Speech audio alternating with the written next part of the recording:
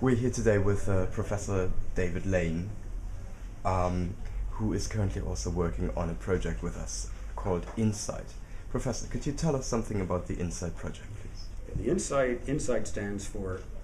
Innovation, Sustainability, and ICT. And the project is about developing a community of research and practice around the linkages between those three terms, all of which are very big buzzwords over the last, I would say, at least 5 years, in some cases a little longer. But the project is funded by the European Commission through the Future and Emerging Technologies Program in whatever it's called now, the Information and Communication Technology Directorate, or whatever its name is. But the thing that's interesting about it is it's not so much about what FET, which by the way is one of the most successful of the European research funding units, or is considered to be such, usually funds new kinds of research that are supposed to be aimed for, since it's future and emerging, over the longer term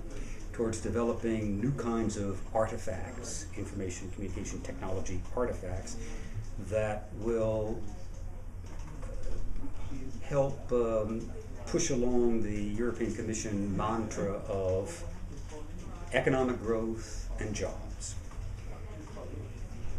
Our position is we're not so much interested in developing those new artifacts. We want to take a long, hard look at the way in which our current society organizes its innovation processes, so that, for example,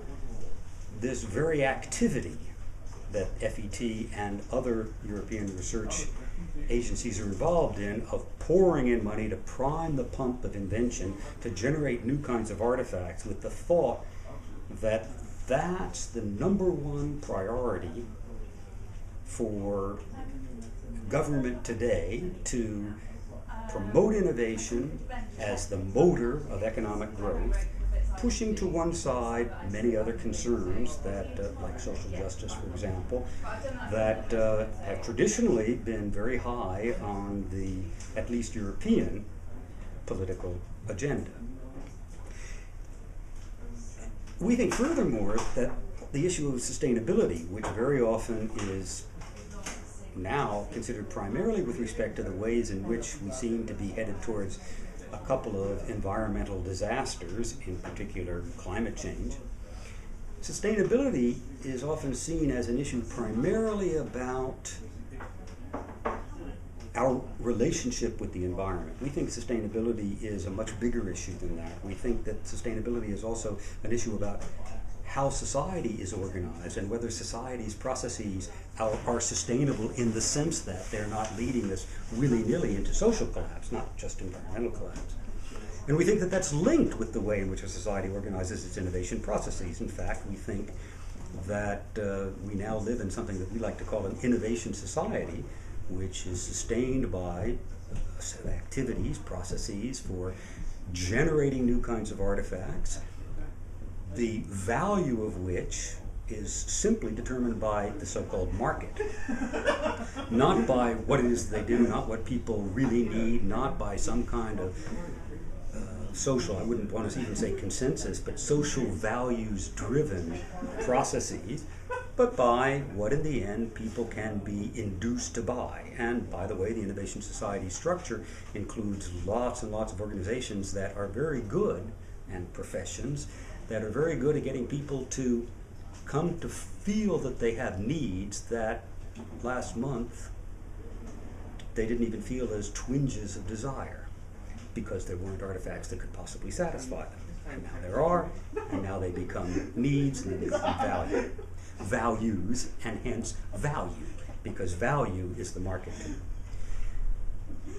So what we're seeing now, we think, is it's not just climate change, it's many, many other kinds of what we can call social crises, social and environmental crises, that are induced by what we call innovation cascades. That is, innovation doesn't just happen one artifact at a time. Innovations are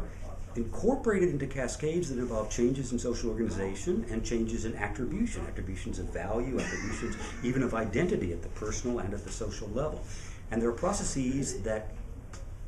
intertwine in an inextricable way these changes in what we can call the space of artifacts, the space of agents and the way in which they interact with one another, and the space of values and attributions about value. The dynamics that drive these innovation cascades are, in particular in the way in which we've organized, our society has organized innovation processes, are basically uncontrolled. Our idea of an innovation policy, as I said, is to prime the pump to produce new kinds of innovations, but not to worry about the downstream consequences of them until they come back and slap us in the face. And they're coming back increasingly and slapping us in the face in a variety of ways. You can point to not just climate change, but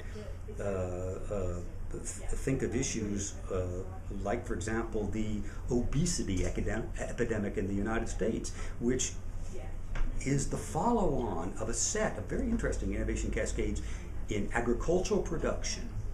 which has lowered very much the costs, certain kinds of sacrifices, obviously, of the prime material of food, which has produced another set of innovations on the part of food-producing companies that, in order to recover profit margins that have been lost by this reduction in prices overall, are producing more and more processed foods, which has changed social patterns of eating, for example, in such a way that these calories are being absorbed. All these extra cheap calories are being absorbed. They're being absorbed in a form that is generating higher profit rates than what would be gained were the food products being consumed in much more primary forms, and they're being absorbed in such a way that bodies are puffing out as a result. And that's being carried out through changes in attributions and social organization. And the result is that we now have, probably for the first time in human history in the United States, among certain social groups and classes, not only an obesity epidemic, but it's linked also in the same population to certain kinds of malnutrition, which is horrifying. That's just one more example. There are many, many examples of endogenous crises that are making society not sustainable, that are linked to the dynamics of innovation cascades. And ICT is playing a very important role in all this, not just through innovations in ICT, but also in terms of the possibility of spreading the word, of controlling the way people think, and also in counter the way people can organize, if they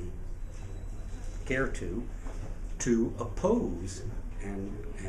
provide alternatives to the way in which we organize innovation processes. That set of issues is what's being explored by INSITE, and for part of that,